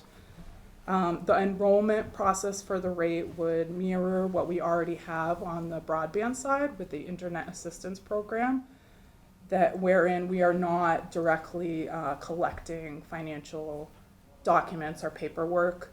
Customers are letting us know when they've already qualified for another financial assistance program. Examples are LIHEAP or Shrewsbury's Tax Relief Program. Just a couple financial stats about this. So like I said, the discount would be $13.17 a month if you approve this rate increase, which amounts to $158 a year. And that discount would be just avoided revenue for us. We're calling it a program budget, but I do want just to get the point out there that this is not us paying out money, it's avoided revenue coming in. We did put some numbers in there that say that the max budget for this is about $90,000 a year. However, that is an extreme situation that assumes that every eligible family in Shrewsbury would enroll for this rate. In our experience, that's just not realistic. So my personal feeling is it'll actually be about half or 2/3 of that number. But we still wanted to give you an idea of how much this would cost if you approved it. That's about that. All I had on that rate. So just going into the details more about the adjustments to the existing rates. So like I said, we plugged in the 2026 budget numbers into the cost of service model that we got from Baker and Tilly. We're seeing increased power supply expenses, distribution expenses, and then we're also considering the $1.5 million projected debt expense for future building. And so we are looking at slightly over cost of service. So that's the goal here is, slowly working towards, we have been slowly working towards getting towards cost of service. Now we're getting slightly above it. So we're expecting about $1 million of a margin over cost of service with this 9% increase. And here are the customer classes with the rate change, the difference from cost of service for each class, and then the average monthly bill increase each would see. So for residential, with a 3.5% increase, it would be a $4.37 per month increase. Commercial, it would be around $20.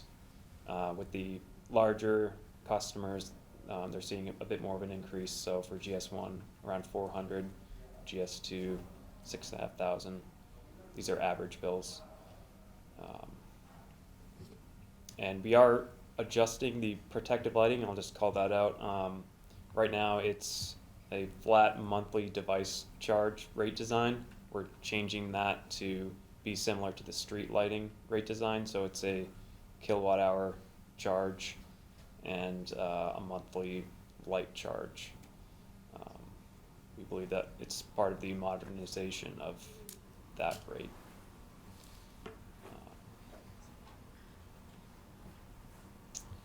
And this was more of a distribution heavy adjustment. So we adjusted the power supply charges, like the generation and transmission charges, by 4% to adequately recover those costs. But then the remainder of the increase was on the distribution charges.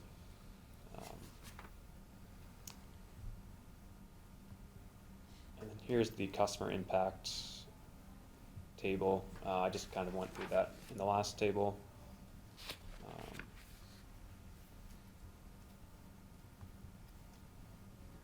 And this is the rate comparison. So MWEC does this quarterly for us. And this is the residential rate comparison. So 750 kilowatt hours. This was done in Q4 of last year. So it is a limited comparison. It does not show our GTA adjustment. So I just called that out in the chart. In November 25, we moved up a handful of spots. And then in March, assuming all the other utilities don't increase rates, which is not likely, we would jump up a few more spots to more of the middle of the pack. Can I ask a quick question? I noted in some comments on social media and whatnot that people were saying that they thought their rates had gone up in January or something like that. And also that the temperature that we were showing, that the average temperature was set at 0 rather than 30-something degrees. Is that just a spurious thing that I saw, or is there some issue that on our billing or whatnot that a bill represented 0 degrees for the average for the month? Does anybody speak to that at all? Yeah, I didn't hear about that. yeah, me neither. As for bills going up in January, perhaps, well, one, usage in December, which Right. that tends to be one of our. That was why I higher mentioned about, months. people that have charges where they use heat pumps, and they gotta Yes. realize that, Yep, and it even was though you have cold. gas heat, you still have fans that are blowing the air through the house. Yep, definitely. That's pretty normal for a bill to go up. Your January, which reflects December usage, and it was cold. And then what was the other thing about the average temperature? We do show that on the bills, on Smart Hub as well, but it doesn't have anything to do with the bill calculation. Yeah, I didn't think it did, but I mean, it just seemed like It's just a somebody point was of they making an reference. issue that maybe it was not the right degrees, but Oh, somebody else okay. corrected the person that just said it doesn't have anything to do with Yes. what the actual charge is. Well, we're down 5 degrees, so we're gonna charge you an extra. No, no, it's all metered usage. We just put that there as a reference point for folks to, reflect on their habits, I guess, and control a little bit. So even if that was off, we'll look at it. It does not have anything to do with actual billing. I have a question. Are we on retainer with Baker Tilly and they give us updated modeling, or are we relying on old information, or is it get constantly updated? This one right here is our new.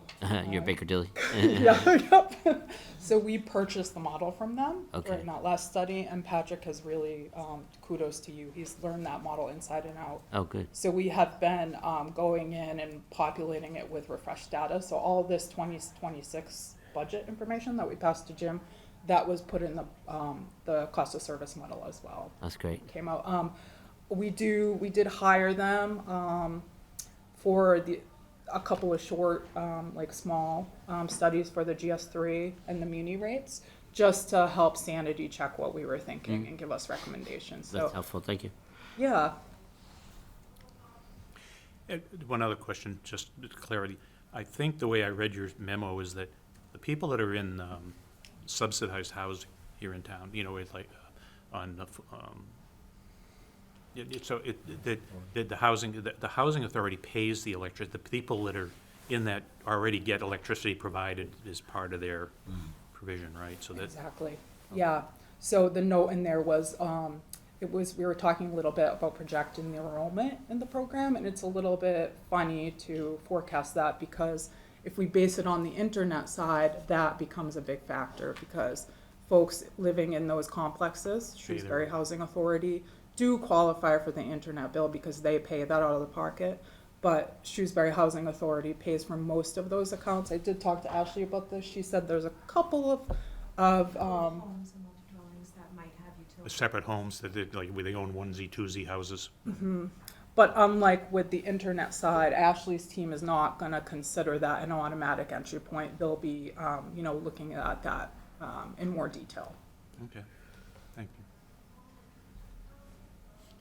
So that's the meat of it. I'll spare you the listing of numbers, but here are the rates that we recommend effective March 1st. Those were the new rates. So the effective existing rates.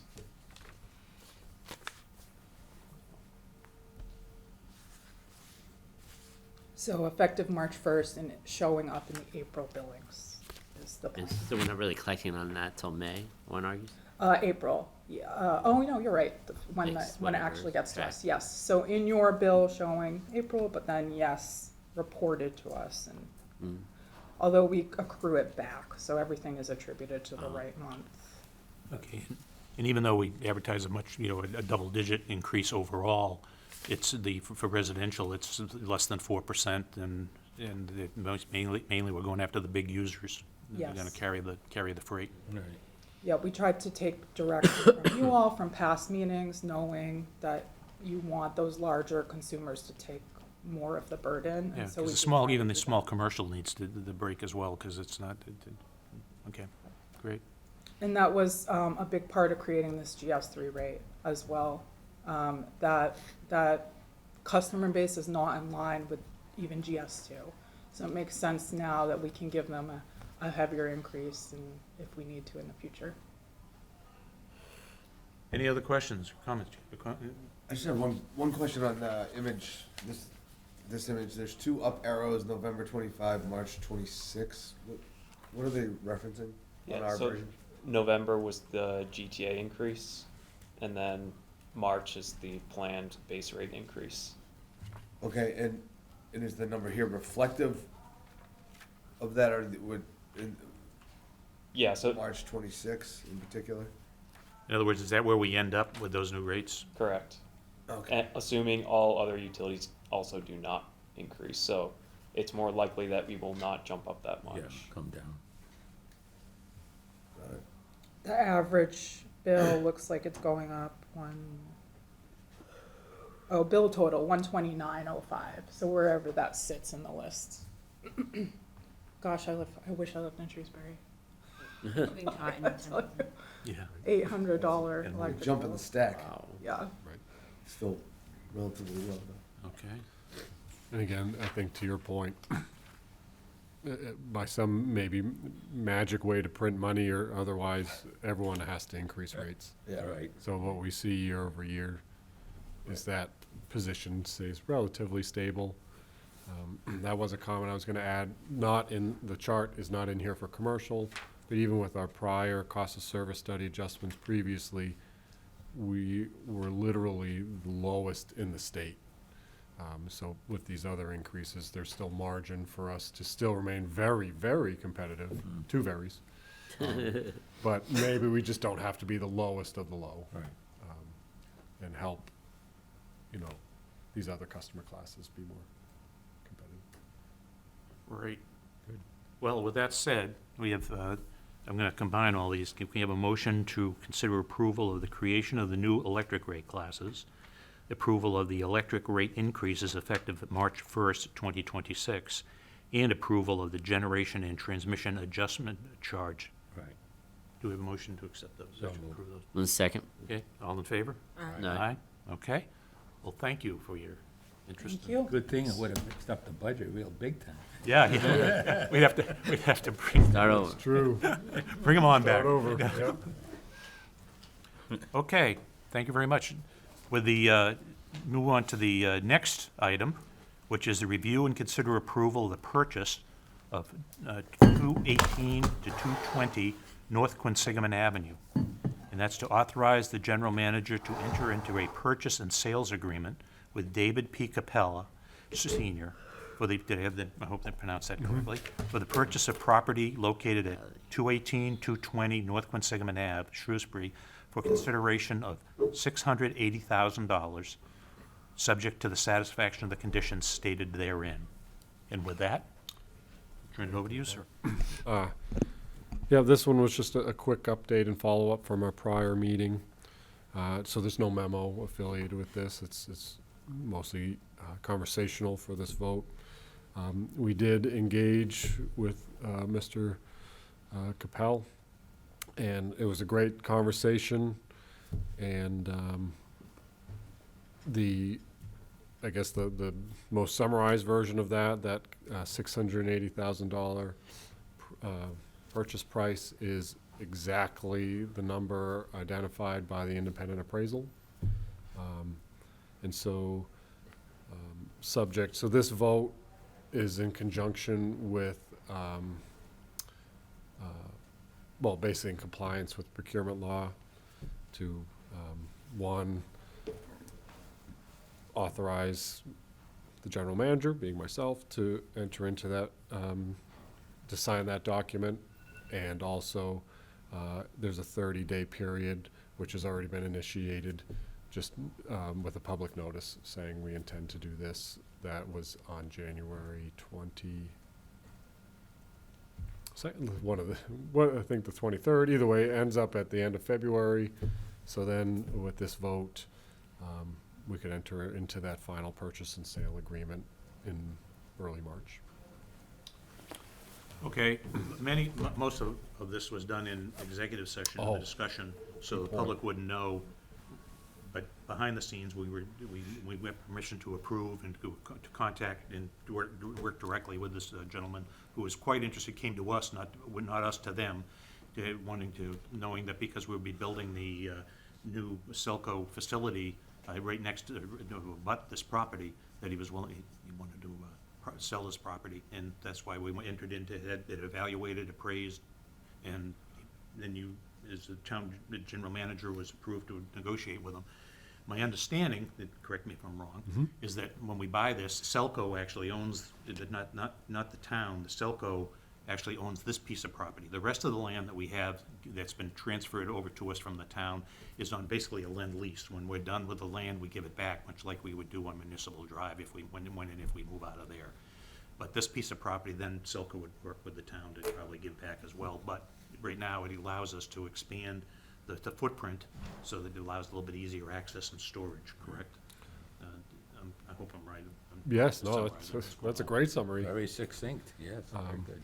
Yes, and we have other land assets like Worthington on the books. This also makes a really nice contiguous parcel along that stretch of North Quinsig. So there's a variety of, I think, good community benefits. We also believe it'll lower the overall construction cost because of we'll have to do less site work on the property to be able to use it in the capacity we need it. Yeah, you said you had elevation problems and all that. Yeah. Yep. So all things considered, I think it's a great purchase, a great conversation we had with the existing owners. Nice family, so we ask for your vote, and we can move to the next step. Is the Yes, cash purchase? Yes. It was included in the budget? No, because at the time, everything the budget was done was November. We didn't know if we'd even get the other approval to buy the land.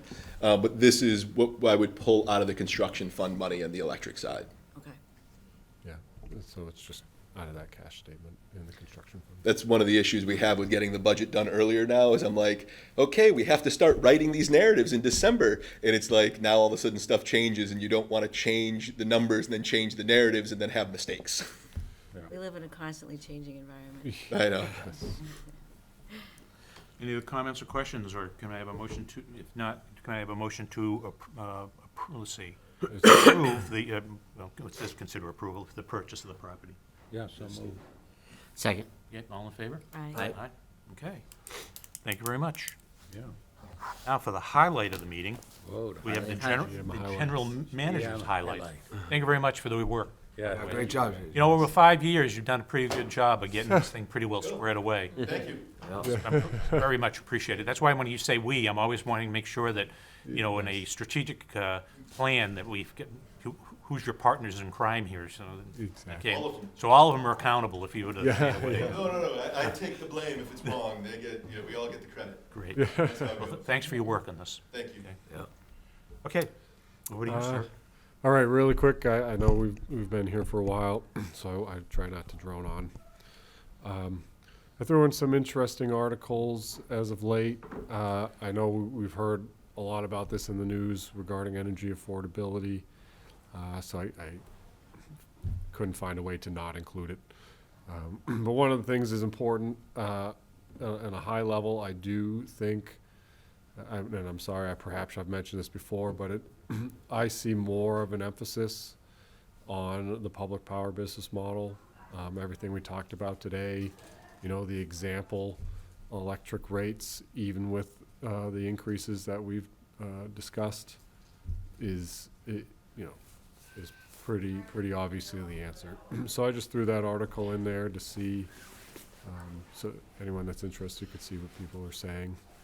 I threw in this National Grid Foundation article, not to tout National Grid, but more I wanted to just provide a comparison to what we do with programs like Share the Warmth, and now, you know, our other just affordability initiatives. If you look, you know, you have a multi-billion-dollar company that has millions of customers across Massachusetts, and they make a press release for $5 million that you could provide $400 in emergency energy bill assistance.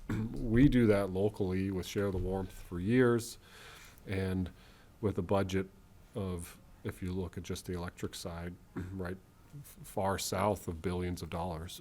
So just something I think interesting as we come across folks that might engage in these conversations during energy affordability, during the winter months when people's bills are higher. I think this was just another interesting talking point where it comes across as a press release of a positive spin, but in reality, our assistance to community contribution ratio is magnitudes higher. So that's just a data point to use in that conversation. Again, just I'll skip over the second affordability article. It's just another one to look at. This one, I believe I added in, I'm sorry, just to highlight that first line on this one. Natural gas prices in the state of rose 70% between 2020 and 2025. So again, just another shameless plug for electrification. I didn't throw that stat in there, but as you know, as we all know, our rates are slightly different than the IOUs. I would be remiss not to include our own Public Power Customer Satisfaction Award. So that press release came out earlier this month. The award is a result of receiving high marks from customers in the areas of customer service, field personnel, communication, reliability, value, outage response, innovation, and overall satisfaction.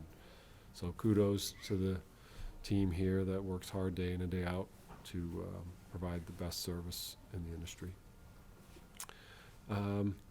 Battery storage, just as since we have a few on the docket we've been working on for a while. I put this in here, particularly that comes up from time to time, concerns about fire risk. So if you look here, I just found this noteworthy in the interest of time, cutting to the chase. you know, in a typical and appropriate fashion, concerns about safety, environmental risk were you know, brought up in this substantial battery project, much bigger than we'd be looking to do locally. But they have more information and more training, and you can see their fire chief for I guess a huge, I don't know, for lack of a better descriptor, battery farm, if you will. They're confident they can respond to any incidents there. So again, just an article that provides some perspective on fire risk, and if you can do it for a project that size, certainly a much smaller project is viable. And then just some other articles of interest, looking at private water and you know, they're looking to bring it back to the, not public power, but public water ownership. And you can see kind of the turmoil there and the rate impact that has. And then just in general, with data centers, an article about fusion power, and, you know, just trying to keep tabs on the progress there. This one was interesting because I believe it does reference a little bit that joke where it's always 10 years away. This one addresses that. They feel like that's not quite the case anymore, but we'll continue to watch. Rate design, I threw that in there because we had that rate discussion. I thought it was just a good background article on time of use rates. Not that we're looking to talk about that in the near future, but something to keep in mind. As more folks have done time of use rates, more data comes in about how customers react to that. So this was just some interesting reading to see how time of use rates have unfolded.